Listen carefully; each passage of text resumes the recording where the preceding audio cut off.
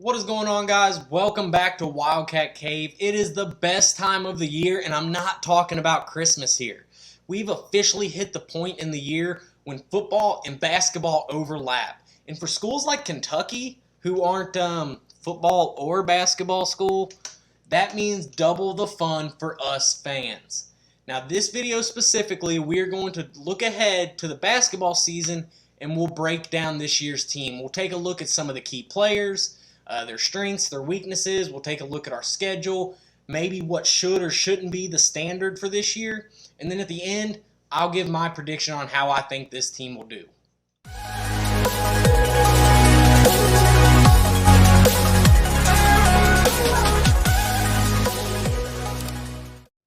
Before we get into it, guys, if you're part of Big Blue Nation and you're not subscribed to this channel, what are you doing? You're missing out on a ton.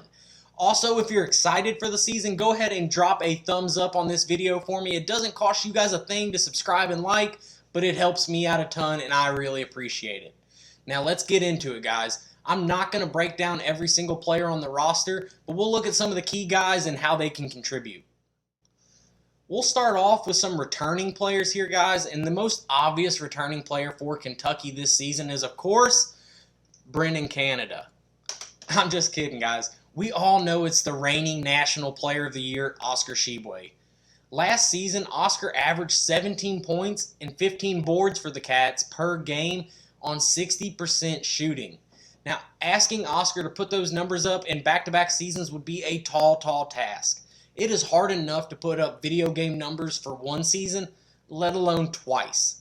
Now, I do still think he's going to be a rebounding machine, and I think his offensive game will probably get a little better. In fact, I think Cal is going to give him the green light to shoot. We've seen him be able to knock down those 15-foot jump shots, but I think we're going to see some three-pointers from Oscar this year, too, to try to improve that draft stock. Now, while I think his overall game will be more developed, I don't quite think he puts up those numbers again. Teams are going to be able to game plan for it a little better this year. But if he can put up those numbers, we'll be looking at the first back-to-back National Player of the Year since 1983 in Ralph Sampson. Now, Oscar has clearly struggled with some injuries, specifically a knee injury this offseason, but all signs point to him being back and ready for the Champions Classic at the latest. Now, we also have some forwards we need to talk about, and the two returning forwards that we have are Jacob Toppin and Damian Collins.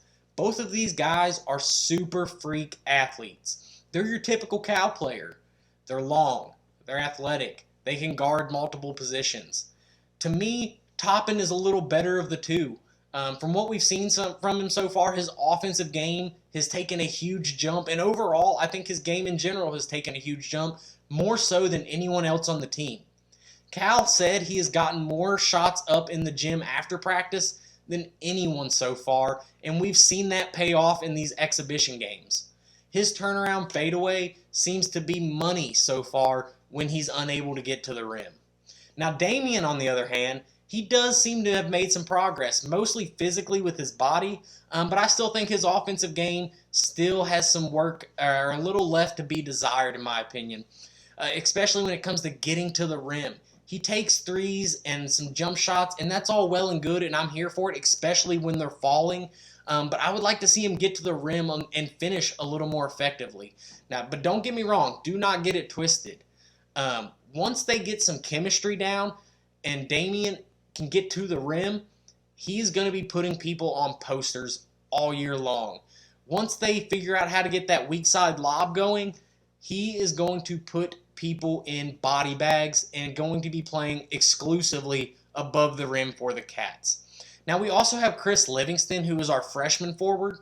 Right now, I think he'll get his fair share of playing time, but he's much more of a downhill, in the paint, bruiser type of forward. He wants to get to the rim a little more than maybe some of the other guys, but I just don't think his game has looked fully developed just yet. And when you have guys like Collins and Toppin ahead of you, he may struggle to see the court at times, but I think he's going to be a good, promising piece going forward and later in the year.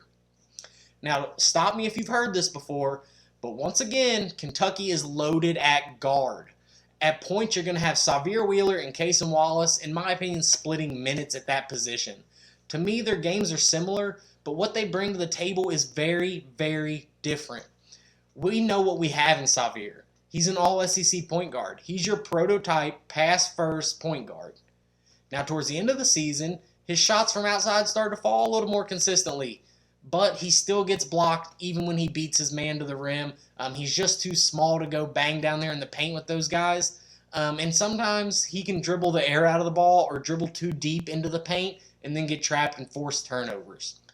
Now, Cason, on the other hand, also seems to be a pass-first guard, but I believe his scoring ability is a little better than Xavier's. He's good enough from deep to make players respect his shot and step out past the line to guard him.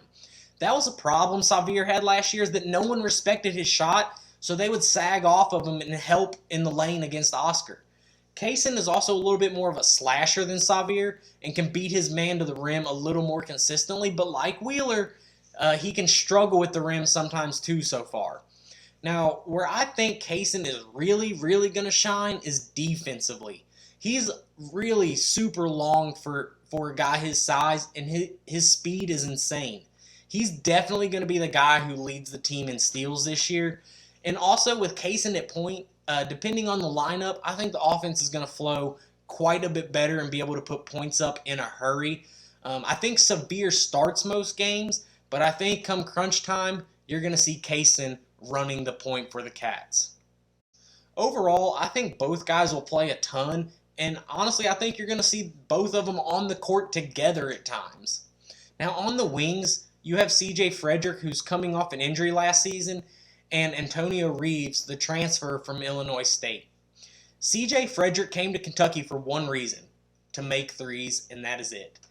In the Bahamas, he didn't play as much because he was nursing a minor injury, and we didn't get to see him on full display. Since then, however, he has played amazing. In these exhibition games, he was either the first or second leading scorer in each game. He was knocking down outside shots like we expected him to, but he was also able to make plays off the dribble, which personally, I didn't really expect to see out of him. I thought he'd be much more of a guy who stands in the corner and makes threes, but so far he's proven to be much more versatile than I thought he would be. His defensive game is also better than I expected.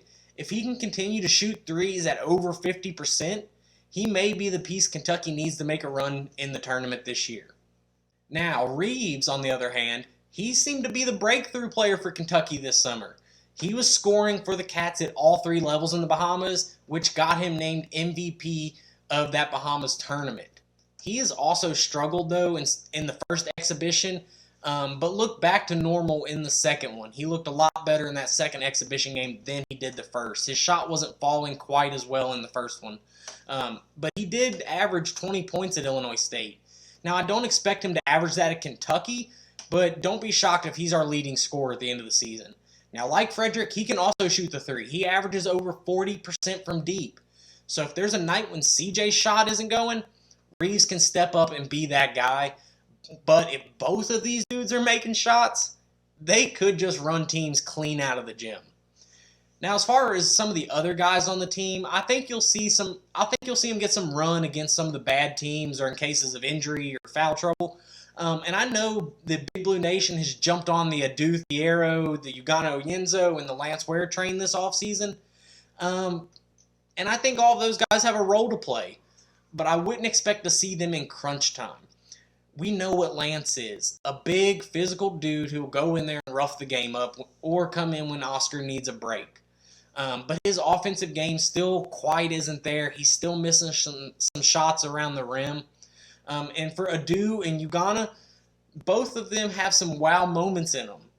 We've seen it in these exhibition games.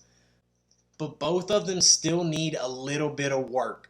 Plus, you got to look at who's ahead of those dudes on the roster. You're not going to take Oscar out to put Onyenzo in, and you're not going to take Reeves out for Adu. They're good pieces for next season once they fully develop their game. Like I said, they're going to get some run against these bad teams this year, and I know we've all hopped on their hype train, but let's just pump the brakes. I don't think we're going to see them in too many crucial minutes this season. Overall, I think this team has every piece you need to make a Final Four run. Obviously, anything between now and then can happen, but as long as everybody stays healthy, I don't see an area that they truly lack. Defensively, I think this is going to be one of the best Cal has had, especially when Oscar comes back. They held Western Missouri to 38 points in the first exhibition, which is the least amount an opponent has scored since 2012, and that team ended up okay. Cal has also came out and said he wants to average 80 points a game. Once this team establishes everyone's role in chemistry, I do think they have a chance to put 80 up every game and run people out of the gym. This should be a team that's elite defensively and can put up a ton of points when they're on. Now, this is also the oldest team in the SEC, so despite what Cal has came out and said about pumping the brakes and don't, kind of manage expectations, I think there should be no reason this team has a slow start to the season. We'll be going into it mostly healthy and with a ton of experience. But with that being said, we do have the toughest schedule in the country, and it's not close. Just in the non-conference, we have Michigan State and Indianapolis for the Champions Classic. We have at Gonzaga, even though they'll tell you it's a neutral site game. Let's not pretend it's not at Gonzaga. We have Michigan and London, UCLA and New York, and then we have Louisville and Kansas at home. Then in the SEC, we face Tennessee, Alabama, Auburn, Arkansas. Some of those games are home and home series, and some of them we only play on the road. And we know how hard it can be to win in the SEC on the road, no matter what the sport is. And all of those teams are ranked in the top 25 right now. If nothing else, this team is going to be battle tested come March, and that can pay off. That can pay dividends down the road. It really can. Now, as a whole, I think this Calipari team will have a ton of pressure on them, especially come March. Coming off the worst season in school history, followed up by the worst loss in school history, the expectations and pressure will be at an all-time high for the Cats. However, I do think Cal has put together a team that can be elite, and they have just as good of a shot at the Final Four as any. In the regular season, I'm thinking we probably go 26-5, 27-4. When you just look at the schedule, we probably drop the game at Gonzaga, but that's not a bad loss at all considering it's on the road against a really highly ranked team. We probably lose at Tennessee because we always lose at Tennessee and beat them at home. And then Arkansas to end the year at Arkansas is going to be a tough game. So in my mind, that's 3 losses, and then I could see us dropping a game or two just on a random Tuesday night against some mid-pack SEC team. It happens every year. But if you take that into consideration, you're looking at 4 to 5 losses. And in the tournament, it's hard to predict because it's so random, but I think this team could be Final Four good.